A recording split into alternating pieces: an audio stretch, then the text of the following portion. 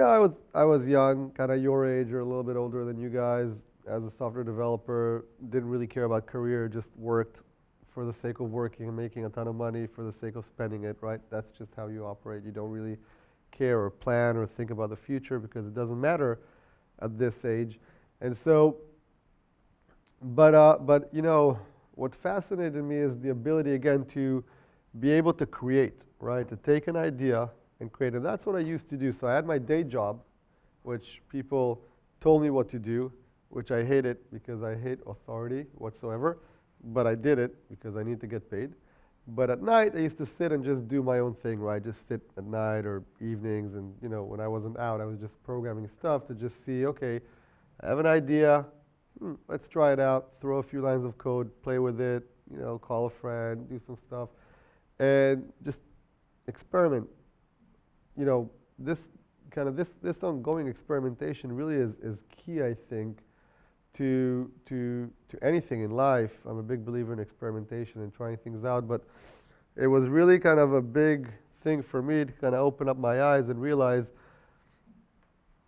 it doesn't take much to take an idea and really throw it out in the world and try it out, especially today, but even back then. Think almost 20 years ago, right? Even back then, it wasn't hard to take a cheap piece of computer that you can buy with a couple $100 and write some code and see if it works, and write some more code and see if it works, and so on. Now, I'm talking about the coding world, but I think you can kind of apply this to almost any area of life. Some things are a little bit harder to build. A cell phone or a mobile phone is hard, right? But you can usually kind of prototype at a relatively low cost and effort, whether it's a piece of software or something else, try it out, see if it works, and so on. Back then, I wasn't familiar with the lean methodology. Are you guys familiar with the lean methodology? Your parents are not going to love this, but the lean methodology says, don't do anything today if you can do it tomorrow, right? Which is, now you have me on camera, so I'm in trouble. But the idea of that, and again, the lean methodology is a whole philosophy of how to do things, right? But the concept, if you kind of have to grasp one concept out of it, it means that we have the tendency to solve problems before they even exist. We have the tendency to think forward and say, oh, if I do this, this will happen. It's like a chess game in our mind, all these options, and, oh, well, I have to solve for that thing. But as it happens to be, a lot of the times when you kind of start going the path, those problems don't even occur or exist. They're just in your head, or other problems occur or happen.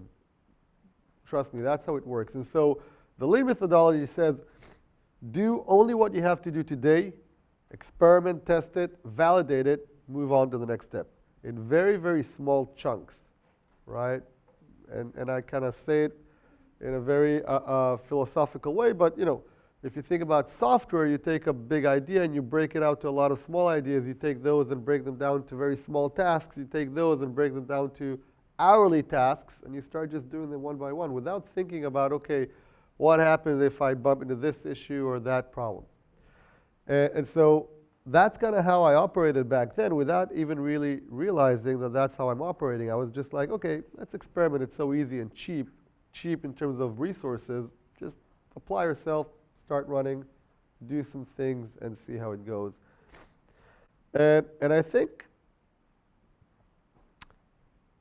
not having fear of doing that, I think, is kind of how I think about entrepreneurship, right? Just, if you have an idea, scratch some passion from within you to kind of apply yourself, and then just apply yourself.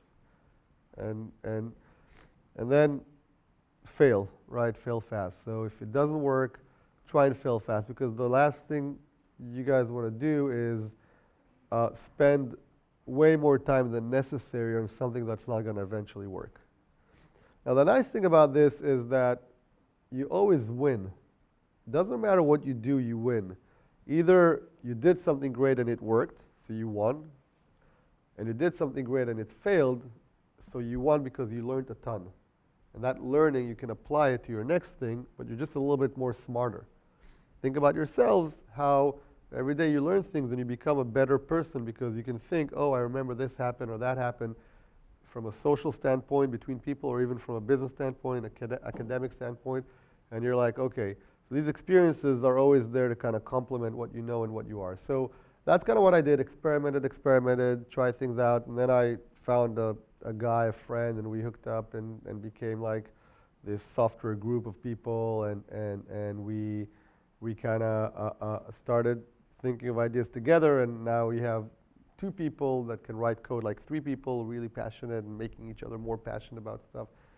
And we formed this startup, which again wasn't really a formal company, but we just started writing code, and we came up with an idea, and then we're like, okay, we have something working. We worked on something for like 6 months, literally nights and evenings, right, and weekends.